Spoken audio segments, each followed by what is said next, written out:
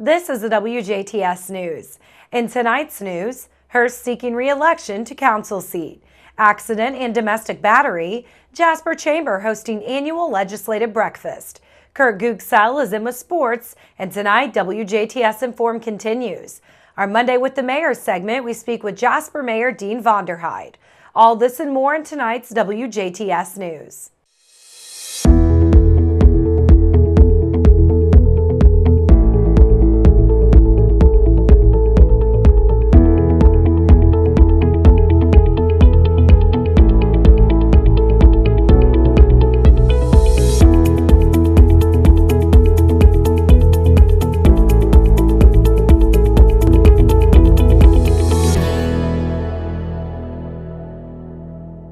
Good evening. I'm Jenna Schaffer with WJTS News.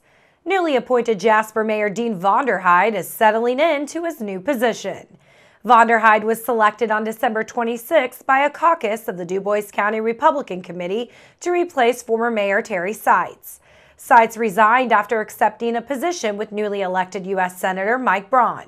Vonderheide sat down with Bill Potter on this week's Monday with the Mayor segment and says the transition is off to a good start. It's been interesting. The first couple days were very hectic because I was scheduling in updates with a lot of the staff just to find out where they were with their projects, what their priorities were going forward, and then also how the financing for all these projects were taking place.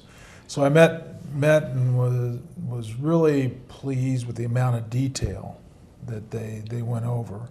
I think we've got some of the best leaders we could in the departments within the city of Jasper, and over time that's happened. You know, you just keep filtering the cream of the crop to the top, and they're doing a great job with their teams, and couldn't be more pleased actually with the response I'm getting from them. Vonderheide took over as Jasper Mayor January 7th. You can hear more of the interview with Jasper Mayor Dean Vonderheide on our Monday with the Mayor segment later in our newscast.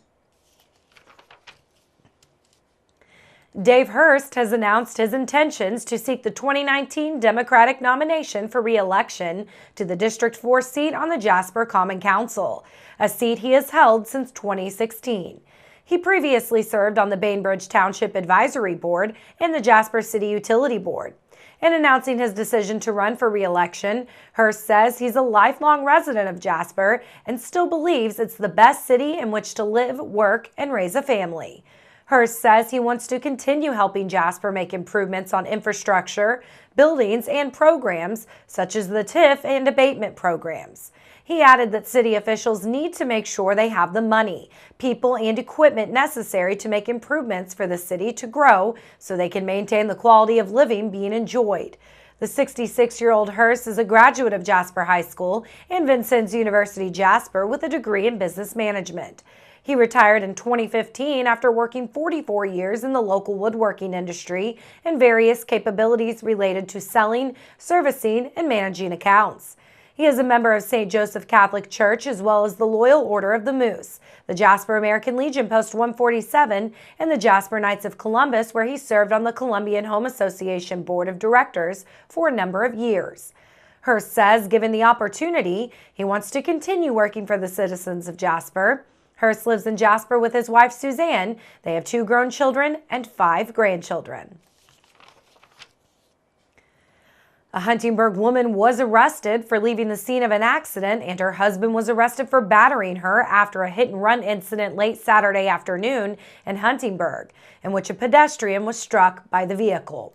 Around 5:15 Saturday afternoon, officers with the Huntingburg Police Department were called to a vehicle accident at the intersection of 10th and Main Streets. While en route to the scene, dispatch advised that the vehicle struck a male and the vehicle has just left the scene. Memorial Hospital Emergency Medical Services were called to the scene, and the male victim was transported to the hospital in Jasper. Huntingburg police later identified the driver as 20-year-old Marissa Opel, who was later found back at her residence along the 400 block of East 4th Avenue. Police say her passenger car received damage to the windshield, estimated between $500 to $1,000. Marissa Opel was taken into custody and charged with the misdemeanor count of leaving the scene of a personal injury accident. While investigating that incident, police learned that a domestic incident ensued earlier between Marissa and her husband, 22-year-old Zach Opal, just before the vehicle accident, about a block east of where the accident took place. Police learned that Marissa, while trying to get her husband into the vehicle, was struck several times by Zach, causing injury. Zach Opal, who was treated and later released from Memorial Hospital, was then charged with a level 5 felony count of domestic battery. The domestic battery was elevated to felony status due to the fact that his wife is pregnant. He was taken to and booked into the Dubois County Security Center and is being held on a $2,500 bond. Marissa was also taken to Memorial Hospital where she was treated and released. Marissa Opal was then charged with leaving the scene of a personal injury accident. She too was taken to and booked into the Dubois County Security Center on a $500 bond. The public is invited to meet with and listen to their local legislators as the Jasper Chamber of Commerce and Vincennes University Jasper Center host their annual legislative breakfast this Saturday, January 26th and Saturday, March 2nd. The gatherings will be held at the Theater and Auditorium at the Vincennes University Jasper Center for Technology, Innovation, and Manufacturing, each date from 9 till 10:30 a.m. Elected officials representing Dubois County, including State Senators Mark Messmer and Aaron Houchin, as well as State Representatives Shane Lindauer and Stephen Bartels, have been invited to discuss with their constituents of what is happening in the state legislature during the 2019 legislative session. The event is free to attend and light refreshments will be served. Once again, the gatherings will be held at the Theater and Auditorium at the Vincennes University Jasper Center for Technology, Innovation, and Manufacturing this Saturday, January 26th and Saturday, March 2nd from 9 till 10:30 a.m. If you have any questions, contact the Jasper Chamber of Commerce at 812-482-6866.